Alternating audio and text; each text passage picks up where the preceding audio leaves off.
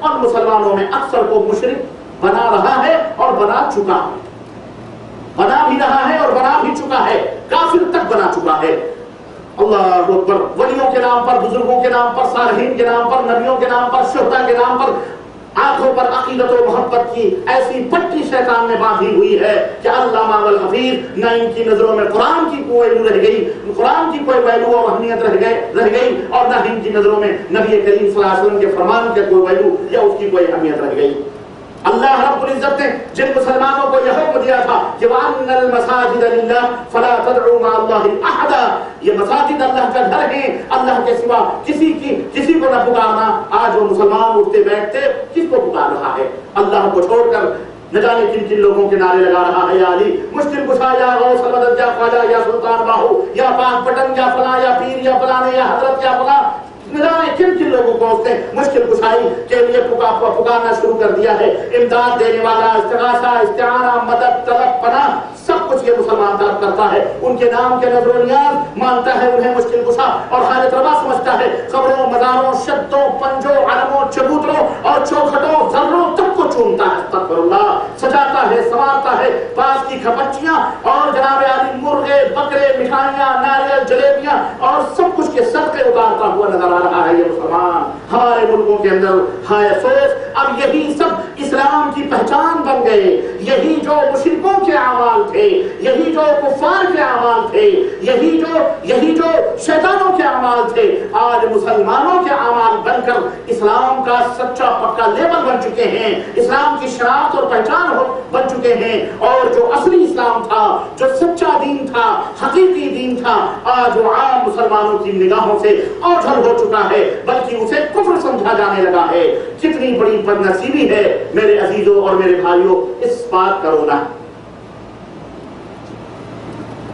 لوگوں، اللہ کے رسول صلی اللہ علیہ وسلم فرماتے ہیں فَإِنَّ أَصْدَقَ الْكَلَامِ كَلَامُ اللَّهِ، سب سے زیادہ سچی بات اگر اس کائنات میں کسی کی ہے تو کون ہے؟ وہ اللہ کی بات ہے، اللہ کا کلام ہے قرآن کریم۔ وَخَيْرَ الْهَدْيِ هَدْيُ مُحَمَّدٍ صلی اللہ علیہ وسلم، اور سب سے بہترین تعلیم اور سب سے بہترین ہدایت اگر اس دنیا میں کسی کی ہے تو وہ ایک ذات ہے، حضرت محمد رسول اللہ۔ ساری کائنات کو پردے میں رکھ کر تولا گیا۔ میرے نبی نے فرمایا کہ دو فرشتے آئے اور دونوں نے کہا یہ سونے والا جو سو رہا ہے اس کو 10 آدمیوں کے مقابلے میں تولو۔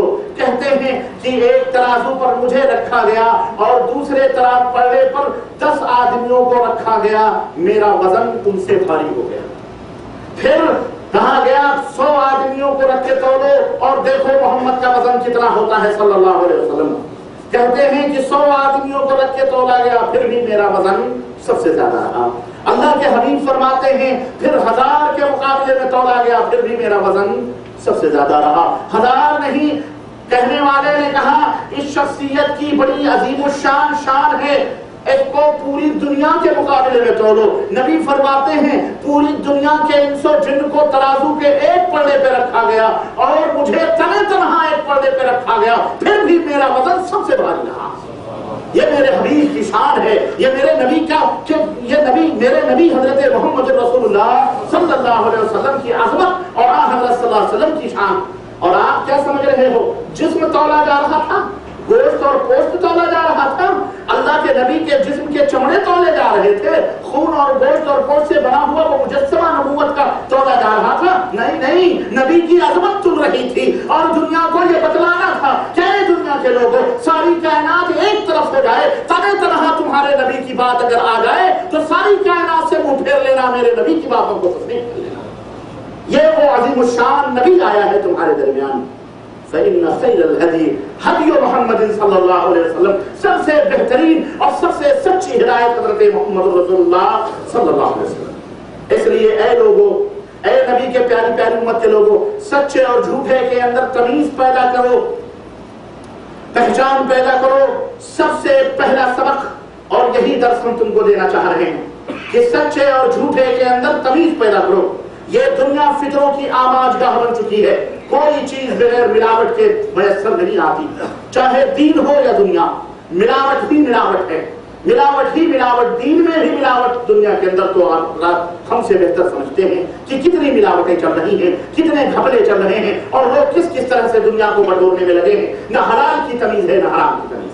ڈین ہی کچھ ایسے بھی شیطان صفت لوگ امت مسلمہ کے اندر موجود ہیں جو حق اور باطل کے درمیان ملاوٹ کر کر کے یہود و نصارہ کے نقش قدم پہ چلتے ہوئے، جس طرح یہود و نصارہ نے حق اور باطل کو ملا کر کے امت دنیا کے سامنے رکھا تھا، اور اللہ کو قرآن میں یہ بتلانا پڑا، یا اللہ رب العزت نے قرآن میں یہ بات بتلائی، کیا بتلائی؟ یا اہل الکتاب، یا اہل الکتاب لا تلبسوا الحق بالباطل وتکتموا الحق، حق کو باطل کے ساتھ نہ ملاؤ اور حق کو نہ چھپاؤ۔ ان کثیرا من الاحبار والرهبان لیاکلون اموال الناس، یہ حق اور باطل کی آمیزش کر کے ملا کر کے یہ کیا کر رہے ہیں؟ حرام چیز کھا رہے ہیں، لوگوں کو الو بنا رہے ہیں، الو بنا کے اپنا جہنم بھر رہے ہیں۔ بہت سارے مولوی، بہت سارے علماء، بہت سارے صوفیہ، بہت سارے پیر، بہت سارے رہبان، بہت سارے احبار، بڑے بڑے یہ وہ لوگ ہیں جو حق کو باطل کے ساتھ ملاتے ہیں۔ میرے بھائیو، اس لیے پہلا سبق یہ ہے کہ حق اور باطل کے درمیان تمیز پیدا کرو۔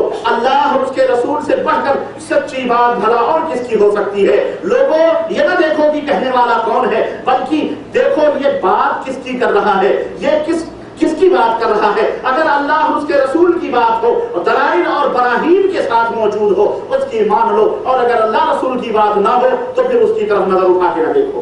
بھائیو، تمہیں معلوم ہے کہ قوم نوح کیسے گمراہ ہوئی؟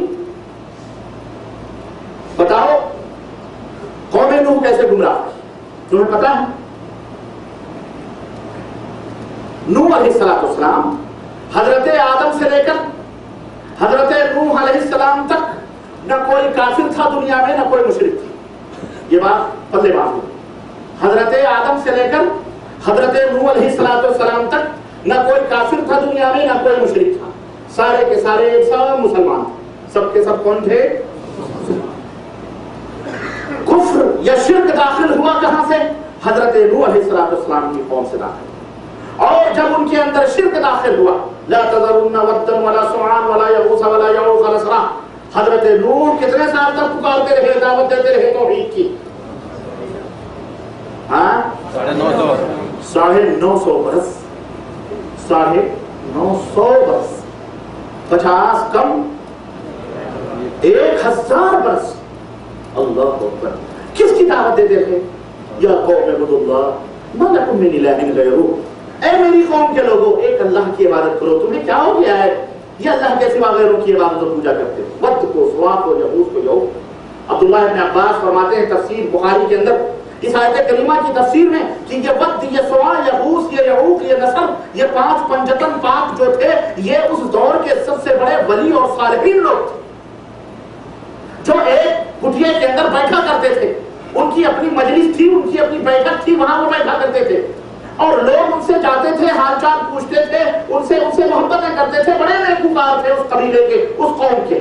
جب وہ مر گئے تو شیطان آیا، اور شیطان نے کہا کہ یہ بڑے صالح لوگ تھے، نیک تھے، قبیلے خاندان کے، ملک کے بڑے بڑے بزرگ تھے، اب وہ تو مر گئے، تم ان سے ہدایتیں لیتے تھے، تعلیمات لیتے تھے، حلال حرام کی تمیز ہوتی تھی، اب یہ مر گئے، یہ خانقاہ ٹوٹ جائے گی، یہ کٹیا ٹوٹ جائے گی، ایسا کرو کہ ان کی یادگار کو کم از کم بنا لو، یادگار رکھو۔ تو لوگوں نے کہا کہ کیسے یادگار رکھیں؟ اب وہ شیطان آپ کیا سمجھتے ہیں کہ وہ ایسے ہی آیا ہوگا، فرنیچر بن کر کے آیا ہوگا؟ ہاں بھائی، کہتے ہیں نا کہ جس سے جو کام کروانا ہوتا ہے آدمی اسی لیول کا بن کر کے اس کے سامنے جاتا ہے تب کام ہوتا ہے،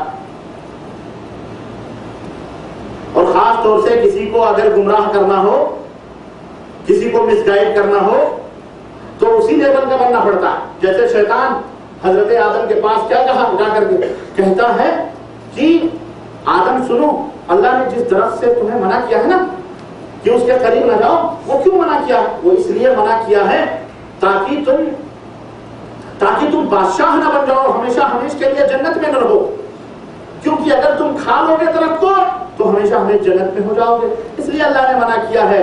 تو کیا خیال ہے تمہارا اگر تمہیں میں لا کر کے کھلا دوں تو تم ہمیشہ ہمیشہ جنت میں؟ دیکھیں دھوکہ کہتے تھے، اور کہتا ہے الا ادلکم علی شجرۃ الخلد، دیکھو